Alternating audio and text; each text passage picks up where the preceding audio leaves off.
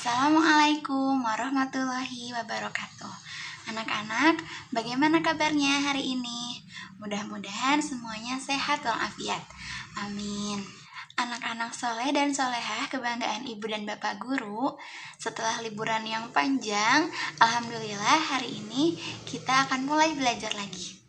Kenapa sih kita harus belajar? Nah, karena Rasulullah pernah bersabda, "Thalabul ilmi faridatun ala kulli muslimin wal muslimat." Artinya, menuntut ilmu itu wajib bagi setiap muslim laki-laki dan muslim perempuan. Maka dari itu, mulai hari ini kita harus rajin belajar, kita harus semangat belajar. Sebelum kita mulai belajar, Ibu akan perkenalkan diri dulu. Nama Ibu Dina Ulhak. Kalian bisa manggil Ibu Dina, dan dengan Ibu kalian akan belajar Iqra Al-Quran. Materi Iqra Al-Quran hari ini adalah tentang Quran Surat Al-Fil. Quran Surat Al-Fil adalah surat ke-105 dalam Al-Quran. Ya, kita tahu bahwa dalam Al-Quran itu ada 114 surat. Nah, surat Al-Fil ini adalah surat ke-105 dalam Al-Quran. Surat Al-Fil artinya gajah. Ya. Yang selanjutnya, surat Al-Fil terdiri dari 5 ayat. Surat Al-Fil diturunkan di kota Mekah, maka dari itu surat Al-Fil disebut juga surat Makkiyah.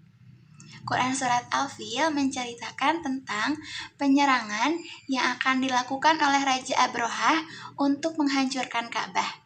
Tetapi Allah Subhanahu wa Ta'ala mengirim burung yang melempari mereka dengan batu dari neraka hingga mereka binasa.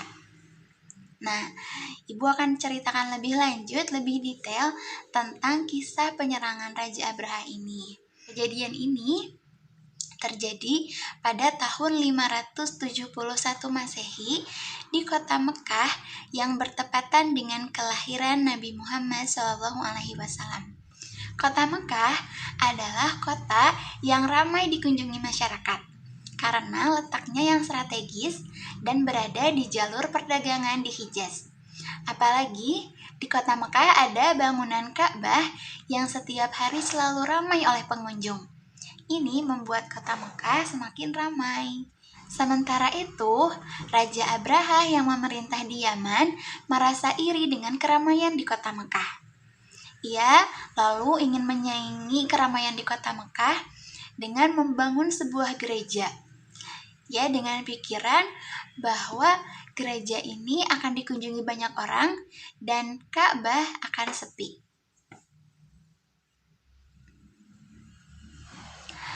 Nah, namun setelah pembangunan gereja selesai, ini tidak sesuai dengan rencana dari Raja Abrahah. Gitu. Setelah pembangunan gereja, malah tidak seorang pun yang datang mengunjungi gereja itu.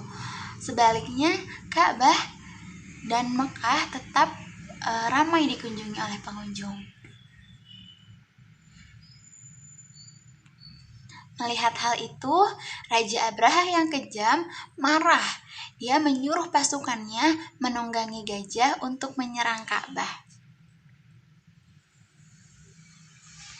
Nah, setelah sampai di kota Mekah, Raja Abrahah menyerang penduduk Mekah dan merampas harta benda dan hewan peliharaan, termasuk unta-unta milik Abdul Muthalib yang merupakan juru kunci Ka'bah sekaligus kakek dari Nabi Muhammad SAW.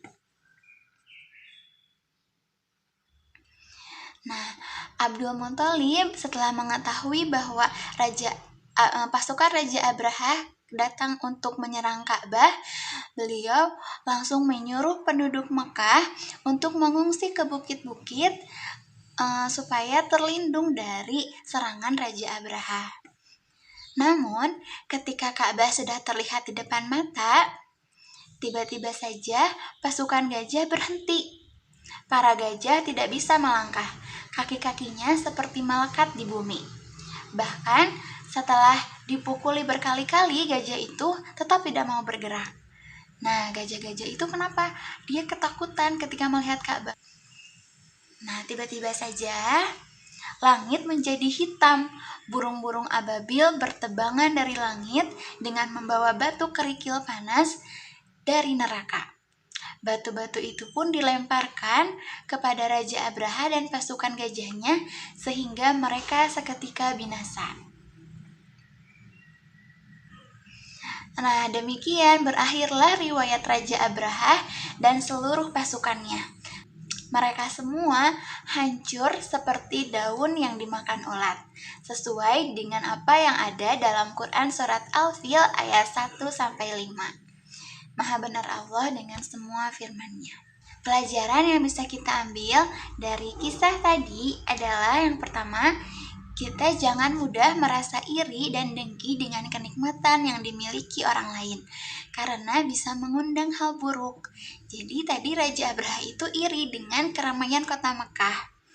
Itu bahkan ingin kota Mekah itu tidak ramai lagi. Nah ini yang menjadi awal penyerangan Ka'bah seperti itu. Selanjutnya, kita tidak boleh sombong dan suka mengambil hak orang lain, karena Allah akan menyiksa dengan siksaan yang pedih. Tuh. Mudah-mudahan kita bukan termasuk orang-orang yang berperilaku buruk ya, seperti merasa iri, dengki, sombong, dan lain sebagainya. Sekian pelajaran hari ini. Mudah-mudahan kisah tadi menjadi pengingat kita untuk selalu berbuat baik dan menghindari perbuatan buruk.